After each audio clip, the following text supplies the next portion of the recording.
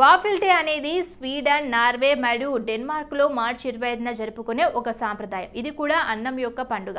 Waffles సాధారణంగా తింటారు. Hour ladies day ప్రకటన విందు అనే అర్థం వచ్చే స్వీడిష్ వార్ఫుడగానే వేగవంతమైన ప్రసంగంతో ఓఫెస్ వేడ్గన్ వాఫిల్ డేగా ఉంటుందని మరియు కాలక్రమేణా స్వీడన్లు పిలవడం ప్రారంభించినందున మతపరమైన వేడుక నుండి వాఫిల్ డేకి మార్పు జరిగింది. ఇది ఊకదంపుడు రోజు మరియు వాఫిల్స్ తినడం ద్వారా జరుపుకుంటారు.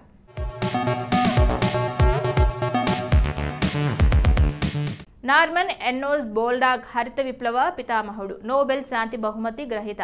ప్రపంచవ్యాప్తంగా వందలాది కోట్ల మందిని ఆకలి బాధల నుండి పస్తుల నుండి రక్షించిన వాడు. బోల్డాగ్ 1914 మార్చి 25న అమెరికాలోని వయోవాలో ఒక వ్యవసాయ కుటుంబంలో పుట్టాడు. పరిశోధనలో ఆయన దృష్టి గోధుమ పంట మీద పండట ప్రపంచానికి గొప్ప మేలు చేసింది. చీడపీడలను తట్టుకుంటూ అధిక దిగుబడినిచ్చే పోటీ రకం గోధుమ వంగడాలను కనిపెట్టడం ద్వారా సంచలనం సృష్టించారు. 1960 ప్రాంతంలో కరువు కాటకాల్లో అల్లాడుతున్న ఇండియా, పాకిస్తాన్ దేశాల్లో ఆ వంగడాలను పరిచయం చేశాడు. 1963లో ఆయన ఇండియా కూడా సందర్శించాడు.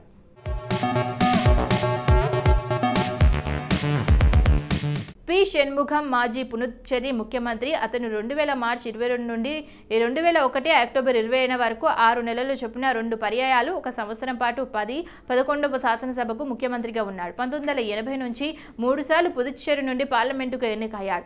యానం నుంచి అసెంబ్లీకి ఎన్నికయ్యాడు. ఇతను నెహ్రూ, గాంధీ కుటుంబానికి గట్టి విధేయుడు.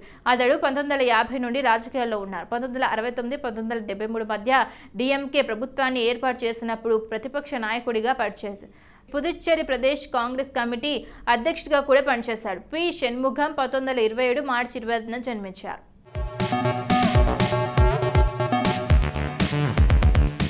వసంత్ రామ్చోండ్ గోవారికర్ ప్రముఖ భారతీయ శాస్త్రవేత్త, పద్మశ్రీ, పద్మభూషణ్ అవార్డుల గ్రహీత. ఆయన ఇస్రోకు చీఫ్గా తన సేవలు అందించారు. భారతదేశంలో సైన్స్ టెక్నాలజీ శాఖ కార్యదర్శిగా 1991, 1993 మధ్యకాలంలో అప్పటి భారత ప్రధాని దివంగత పివి నరసింహారావుకు శాస్త్రీయ సలహాదారులుగా వ్యవహరించారు. ఆయన అంతరిక్ష రంగంలో విశేష పరిశోధనలు చేశారు. ఆయన వాతావరణం, జనాభా రంగంలో కూడా తనను సేవలు అందించారు.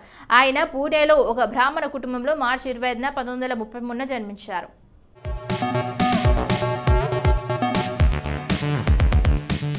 శ్రీరామోజు హరగోపాల్ తెలంగాణకు చెందిన ప్రముఖ కవి, రచయిత, ఉపాధ్యాయుడు, అయితే చరిత్ర పరిశోధకుడు. 2022లో తెలంగాణ భాషా దినోత్సవం సందర్భంగా తెలంగాణ ప్రభుత్వం నుండి కాళోజీ సాహిత్యం పురస్కారాన్ని అందుకున్నాడు. రామోజు హరగోపాల్ 1957 మార్చి 20న విశ్వనాథం వరలక్ష్మి దంపతులకు యాదాద్రి భువనగిరి జిల్లాలో ఆలేరు పట్టణంలో పోచమ్మవాడలో జన్మించాడు.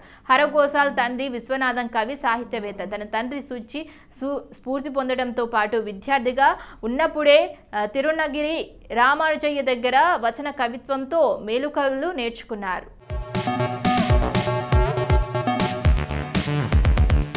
నైలా ఉషా గోపకుమార్ కేరళలోని తివెండ్రాకు చెందిన భారతీయ నటి, టెలివిజన్ హోస్ట్ మరియు రేడియో జాకీ. దుబాయ్లోని హిట్ 19.7లో ఆర్జేగా దాదాపు 1 దశాబ్దం పాటు పనిచేసిన తర్వాత ఆమె 2013లో కుంజనాంతమంతే కథ అనే సినిమాలో తన నటన రంగ ప్రవేశం చేసింది. నైలా ఉషా మార్చి 25, 1982 జన్మించింది. 2013 నైలా ఉషా మలయాళ చిత్ర పరిశ్రమలో ముమ్ముట్టి సరసన సలీం అహ్మద్ యొక్క కుంజనాంతకం కథ అనే చిత్రంలో అడుగుపెట్టింది. అహ్మద్ నైలాను దుబాయ్లో అనే సందర్భంలో ఇంటర్వ్యూ చేసి ఆమెకు ప్రధాన మహిళా పాత్రను ఆఫర్ చేసినప్పటి నుండి ఆమెకు తెలుసు.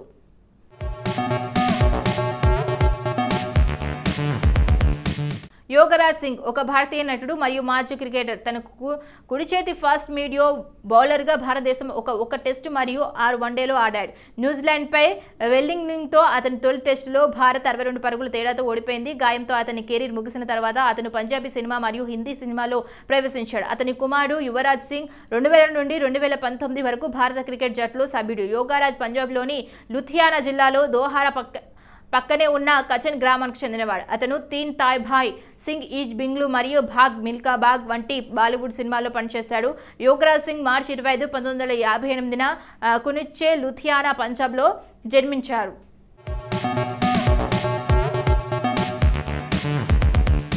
ఫారూక్ షేక్ ఒక భారతీయ సినిమా నటుడు, విశాల హృదయుడు, టెలివిజన్ వ్యాఖ్యాత. 1977-1989 సంవత్సరాల మధ్య హిందీ సినిమాలో తన సొంత నటన ముద్రను వేశాడు. మూస సినిమాలకు పక్కన పెట్టి కొత్త తరహా సినిమాలను నాంది పలికాడు, విజయం సాధించాడు. ఇతను ప్రఖ్యాత దర్శకులైన సత్యజిత్ రే, ముఫీవర్ ఆలీ, అదే హుషికేన్ ముఖర్జీ, కేతన్ మొహతాల లాంటి వారి పేరుతో కలిసి పనిచేశాడు. ముంబైకు చెందిన న్యాయవాది ముస్తాఫ్ షేక్, ఫరీద్ షేక్ల 5 సంతానాలలో మొదటివాడు ఈ షారుఖ్ షేక్.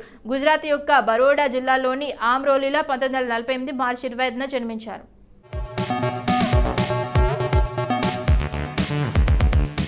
కిరణ్ శ్రీనివాస్ ఒక భారతీయ టెలివిజన్ మరియు చలనచిత్ర నటుడు. ఛానల్ వి ఇండియా యొక్క 5 రాంక్స్ మే రైట్లో మాదక ద్రవ్యాలకు బానిసై రాయ్ సౌజన్య పాత్రకు అతని విమర్శకుల ప్రశంసలు అందుకున్నాడు. మరియు కాలర్స్లో 24లో దేవ్ పాత్ర పోషించాడు. బిందాస్లో డాక్టర్ ఇషాన్ శ్రీనివాస్ పాత్రలో కూడా కనిపించాడు. జిందగీ విజయాలు చూపించవచ్చు. అతను ఛానల్ వి ఇండియాలో గ్రూమ్రా, జింగ్ టీవీలో ఫ్రాన్స్ తూనే క్యా కియా మరియు జిందాలో సే హై ఆష్కియో కూడా నటించాడు. కిరణ్ శ్రీనివాస్ మార్చి 25, 1985న బెంగళూరులో జన్మించారు.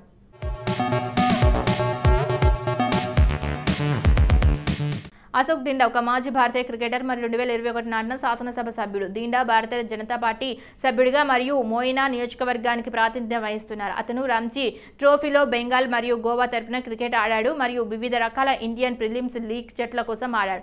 అతను 2 ఫిబ్రవరి 2021న అన్ని రకాల క్రికెట్ నుండి రిటైర్ అయ్యాడు. అశోక్ భీమచంద్ర దిండా మార్చి 25, 1984 మోయినా, పశ్చిమ బెంగాల్లో జన్మించారు.